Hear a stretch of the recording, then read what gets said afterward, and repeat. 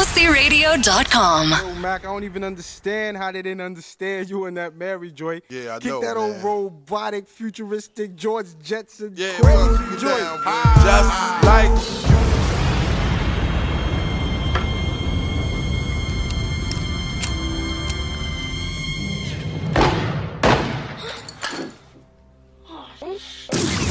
Rock your soul, but make the building shake. Radio Soul 2.0.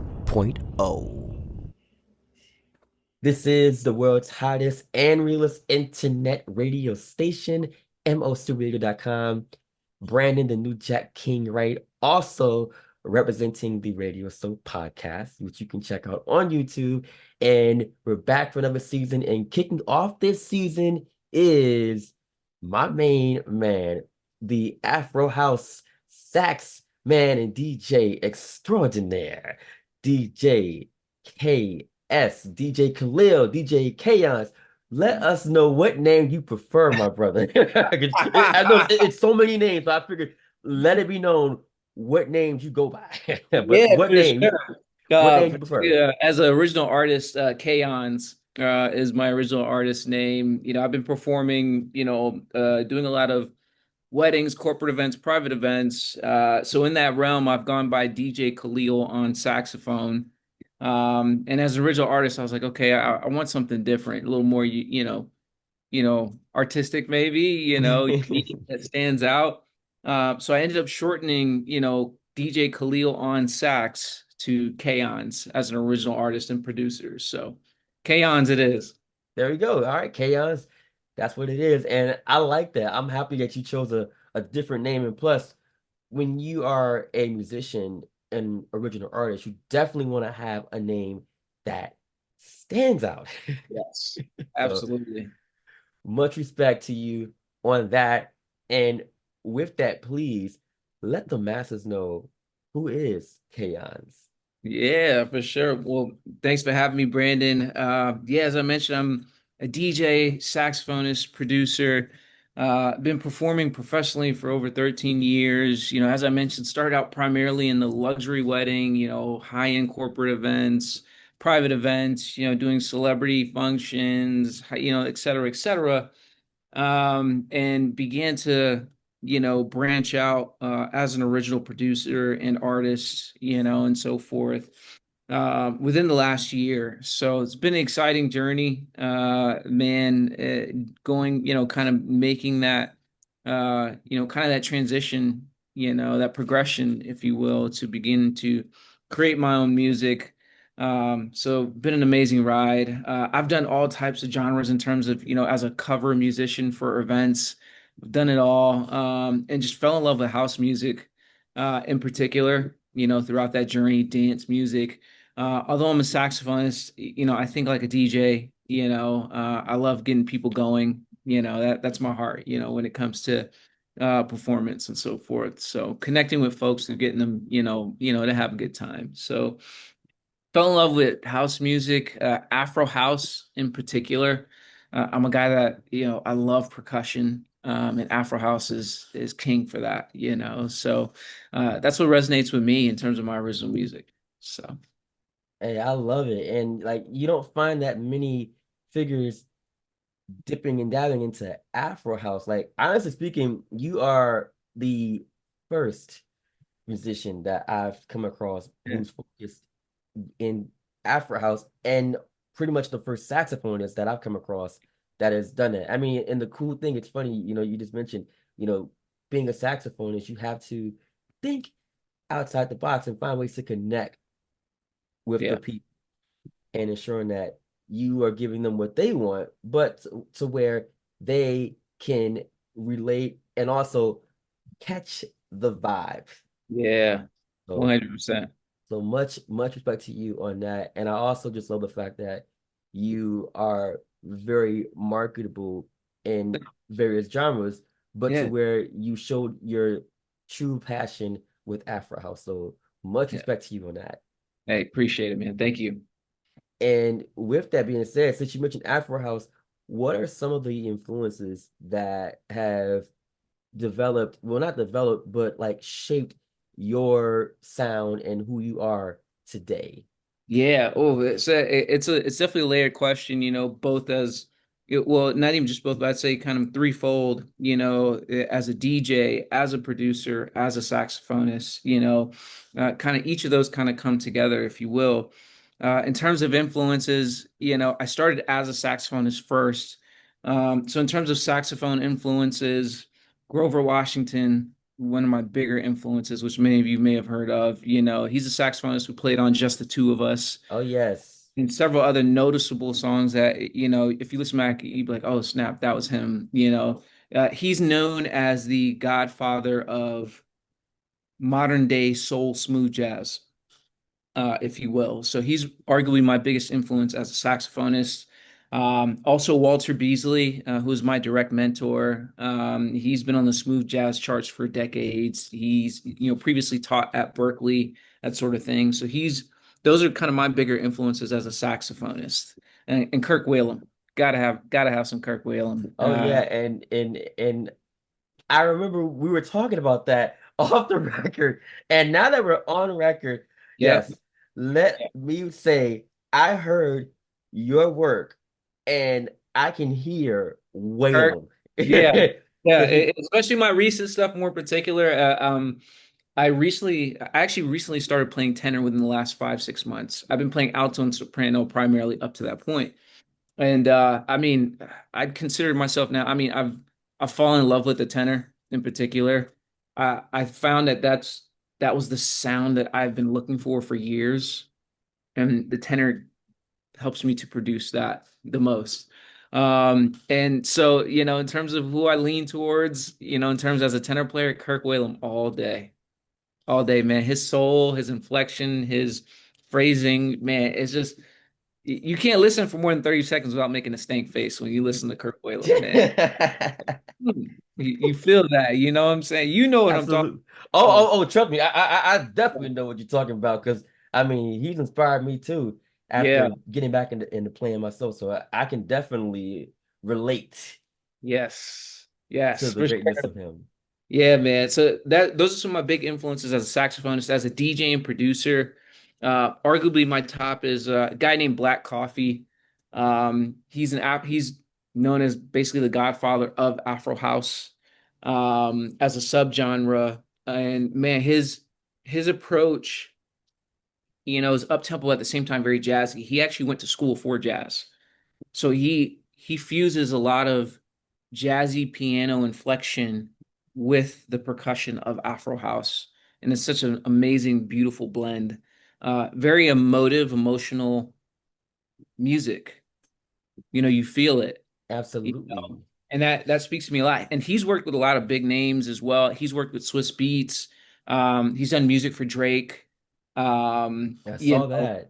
yeah, Alicia Keys, Usher, he's got a lot of big hits, but as a producer, so he's who I model a lot of my production approach after, if that makes sense. So definitely Black Coffee, I'd say is my top. Other genres as well, that I would still, mention that have a lot of influence in my approach as a producer. Kanye West, man, Kanye West as a producer is just, I mean, just peak for me, in my opinion. And a lot of, and I know I mentioned Drake, a lot of Drake's production stands out for me as well. He does have a lot of house music in what he does. Afro House in particular, he's worked with other Afro House producers like Gordo, and so forth. That those particular styles really speak, resonate to me. It again, emotive, emotional R&B inflection mixed with tribal house, Afro house approaches. Um, so he definitely marries the two in a lot of ways that resonate with me as well. So And that's also an important aspect when yeah, when you're bringing out your work as an artist and a musician and a DJ, you definitely want to showcase the greatness of R&B and infusing it into other genres yes, like jazz and also Afro house. So yeah. like that is definitely so essential, and I'm glad that you are being bold and bringing that out. Thank you. I Of appreciate course, absolutely. I mean, like I said, it was just amazing to come across your artistry and to be able to have you on today to discuss that. It's really an honor. So I thank you for sharing that it. with the masses today. Man, honored to be here, man. Thank you. And being a Florida-based musician, I have to ask this question. Do you aim for versatility in your musicianship? The reason I ask this is because, as you and I both know, this state is a musical melting pot. No matter where you go, it's a melting pot. Yeah. It's funny you mentioned. I was just having a conversation with another DJ, friend of mine, and we were talking about kind of your sonic address, if you will. Like it's Orlando. The Orlando scene can sound different from Tampa, from Miami, etc. So to answer your question, yeah, and it helps. I think for me because I have an eclectic ear, an eclectic musical palette, if you will. I can, I mean, as an event DJ, I've done it all. Like I've done, events where I'm playing all country, all rock. I've done weddings where it's, Filipino wedding, Indian wedding. I've done events where, the clients wanted all alternative metal, like Billy Idol and Soundgarden, like and such a wide variety, and it's really kind of cultivated my ear, in my opinion. So with that being said, yeah, absolutely versatility. Not only do I necessarily strive for that, it's more so that that's kind of where my comfort zone is, if that makes sense. My comfort zone I find musically is in places where I'm creating a lot of hybrid approaches, if that makes sense. So 100%, at the end of the day, as an artist, I think it's a mix of your own tastes, and you're basically aiming to perfect your own approach to produce that taste, right? And to share Right. it with others. At the end of the day, I think is really true artistry.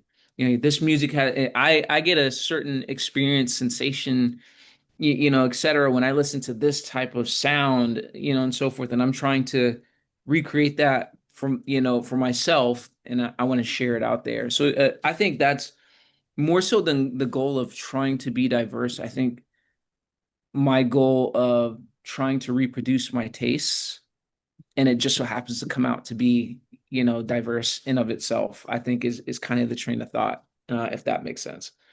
No, it absolutely makes sense. And it's just amazing and incredible that you have such a keen and eclectic ear for Yep. music. I mean, a real musician is gonna have just that. And with you being a saxophonist, a DJ, and a producer, like you are all across the board with it. Yeah, for sure, for sure. I think I saw in an interview, that Black Coffee did, and he said the same thing. He's, one of the biggest musical gifts you can have is your taste in music. I think that's really the core of it all as an artist. Like, what inspires you, what moves you, and your goal is to try and, no pun intended, reproduce that, if that makes Right. sense. But I mean, but reproduce it to where that it's you and it's your originality.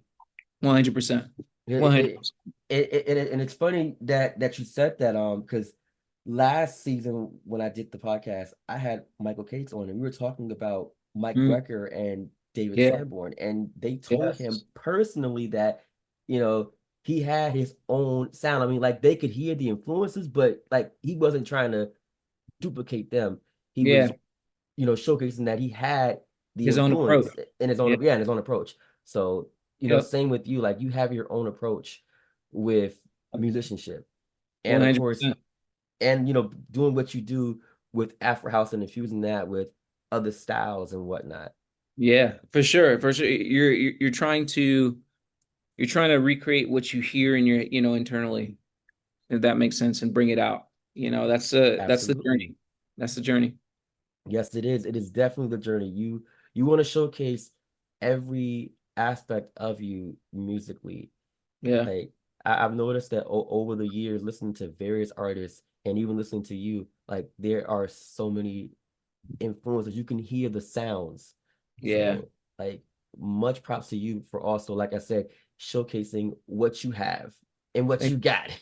What you got, appreciate that, man. Thank you. Absolutely. And with your reputation as a sax man, a DJ, and also a producer, what is it that you feel makes you stand out overall? Man, I would again, I would say probably the approach, like when it comes to, I'll even say as, as a performer, I think one of your objectives again is to share the experience that you're having with others. And I think that helps me to kind of cut my own lane, when people, especially when they experience me live. I think that passion really, really shows and translates, right? The joy for what I'm doing, the appreciation I have for, a God-given talent, that sort of thing. I think those show when I perform, and when I put out my work. So I think those help to stand out a lot. Walter Beasley, said this to me, he goes, basically the goal is to move yourself. And if you can move yourself, you have a high likelihood of moving other people, is how he would, typically frame that to me, so I think one thing that helps me stand out is I'm moving myself, and I think that translates, if that makes sense. Yeah, absolutely. Yeah. I mean, it's interesting because I actually had a chance to look at some of your shorts yesterday prior to have us being on the day, and I've Yeah. noticed how you're moving, man. Like you're really I, getting into it. Yeah, I'm vibing. It's funny. My wife even says it, when she'll come to see me perform, and she's like, "You're a totally different Khalil." Like she always used to joke with me. She was like, I felt like you could never dance before, but when you get in the zone and you actually performing, you can move. You know what I'm saying? Hey, I'm thankful for that, they can't underestimate what a saxophonist can do now. Hey, come on now. It's a completely different Khalil. When I got the horn in my hand, when I have the decks in front of me, man, Hmm. you're truly enjoying yourself, man. And I thank God, for that. So yeah, I'll say, man, when you're moving yourself, you're gonna create an experience that gets other people moving, and that's gonna resonate with people, and they're gonna remember that. They're gonna remember how there's an old saying, people may not necessarily remember what you do, which say they're gonna remember how you feel, how you made them feel. That old saying. I think that's very true, especially for music. They're gonna remember how you made them feel, what Right. they got from the experience, at the end of the day. So I think that's what one thing that helps me to stand out, if you will, in my opinion, is, if I'm feeling something, I think I do a good job of making that translate. Absolutely, you do. I mean, and again, from looking at the clips and everything, you Yeah. definitely have the passion and you have the drive to Yeah. touch others musically. So, like, it definitely shows. Thank you. I appreciate that. Of course. Yeah. And what particular presentation that you did or event has like the most memory as far as like touching others? I know there's got to be one particular event that you did that stood out that had you like in awe. Man, so there's one that immediately comes to mind. I was performing at a hotel venue here in Orlando, and this was it was a Sunday morning brunch in the hotel lobby that I was performing, and I mean it was empty, like save for one guy who, he had a suitcase, and he came to sat down, he started working on his laptop while I'm performing, and I started playing a couple of my original tunes. And then after a little bit, he comes up to me. He goes, "Hey man, what was that song that you were playing?" I was like, "Hey, this is an original song. It's not released yet." And his eyes got big. He's like, "That was you?" He goes like that was you? Like he asked me to tell, like he's like, "Yo, that was insane. That was sick." I said, "Thanks, man." So we start chatting a little bit, and I get to ask him, I was like, "Hey, where I saw you have a suitcase. Where you coming from?" And so forth. He's like, "I'm from New York. I'm only in town. I'm shooting footage for Snoop Dogg." Snoop Dogg was just performing, and he shows me his camera, and it's like he legit had footage from Snoop Dogg. But here's what made it super memorable. I asked him, I was like, oh, so this is what you do full time? He's like, no, I own a software company, whatever, but I shoot film for, for performers on the side. And then he goes on to say, I used to work with Avicii and Deadmau5. He used to tour with them to shoot footage for Avicii and Deadmau5. And what stuck to me was like, holy cow, this guy used to work hands-on with Avicii, and he's here telling me he's feeling my music. Like he had the response he had, and he used to tour with Avicii. Right. That woke you up. That was like that hit home because man, Avicii's music was very, in my opinion, very emotive. Had a level of soul to it. In his EDM approach. Songs like "Wake Me Up." Like Exactly. you feel songs like that when when you sing it. You know what I'm saying? So for him, and mind you, this is just one guy in the crowd. Like this wasn't like a super big. You're talking literally one guy. Which is a lesson in and of itself. You never know who's watching. Absolutely. Um, but just his response, even actually some of the branding you see on my Instagram, my profile picture was footage that he shot for me. Because he's like, man, can I shoot for you? I was like, Absolutely. You're like high level professional. I'm not gonna say no. So he shot that footage. Like my profile picture on Instagram, that was him. So you see the quality of his work, right? Like, but yeah, that stood out to me, man. For him to have worked with Avicii and Deadmau5, and a lot of other noticeable names, and for my music to create that response and experience for him was I'll never forget that. I'll never forget it. So yeah, that was a huge one for me. I'd say in particular that stands out. Yeah, that's amazing. Yeah. And I mean the fact that he's worked with so many heavy hitters and whatnot, like yeah, and the fact that he was willing to shoot footage for you. Yes. I'm like, dude, like I know you charge, multiple four figures at least, and he just like he was like, I just want to do this for you. Like that was a huge moment. It's kind of one of those things I think like it almost serves as like obviously as a reaffirmation of your progress and your journey and where you're headed. So that experience definitely I'll take with me for a long time. Really cool as a side note, I got it on footage, funny enough, because I record my sets and I was recording when he came up to me and as he said what he said, just so happens. So, but yeah, that's one moment that I will carry with me for a long time. And I'm happy to hear that that moment really, you know, resonates with you, and it's one that is truly memorable. I mean, Yeah, it's a blessing when come across somebody that prominent, willing to collaborate with you and just wanting to do something great for you. I mean, the fact that he wanted to shoot footage for you, that speaks a lot of volume. yeah, that's huge, man. Like just he just did it out of kindness of his heart. And like I said, just that response. I mean, he literally asked 2 3. He's like, wait, that was you? That was you? Like, man, that spoke volumes to me for sure. And that's just the power of music. I mean, the fact that Yeah, you have that God-given talent yeah, and that you manage to reach people. yeah, So like definitely continue to keep doing what you do on both the horn, on the decks, and also through your yeah, original music. man. Definitely don't stop doing that. Let's go. No, And speaking of DJing and all that and playing, are there any forthcoming events that you have like this week or in the coming weeks or yeah, months? yeah. Thanks for asking. Actually, that same hotel that I just mentioned, I was playing at during that experience. I'm there this Friday from 7 to 11 p.m. The Lake Nona Aloft Hotel.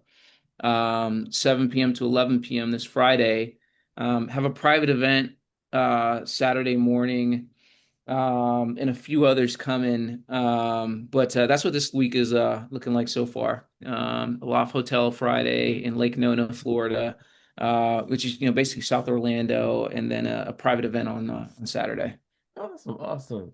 Yeah, Well, hey, definitely we're gonna ensure that the masters can come out and support you, especially, you know, on Friday in Orlando, because Yeah. that's open to the public, correct? Yep, that one is open to the Okay. public. Okay. You know, I will, and what we could do, I'll be happy to provide kind of a link that folks can subscribe and get updates for upcoming shows. Upcoming shows will have discounted ticket opportunities, et cetera, and a lot of other cool stuff that I'll be providing. So I'll provide a subscription link that folks can use that view this to stay up to date on upcoming show dates and so forth.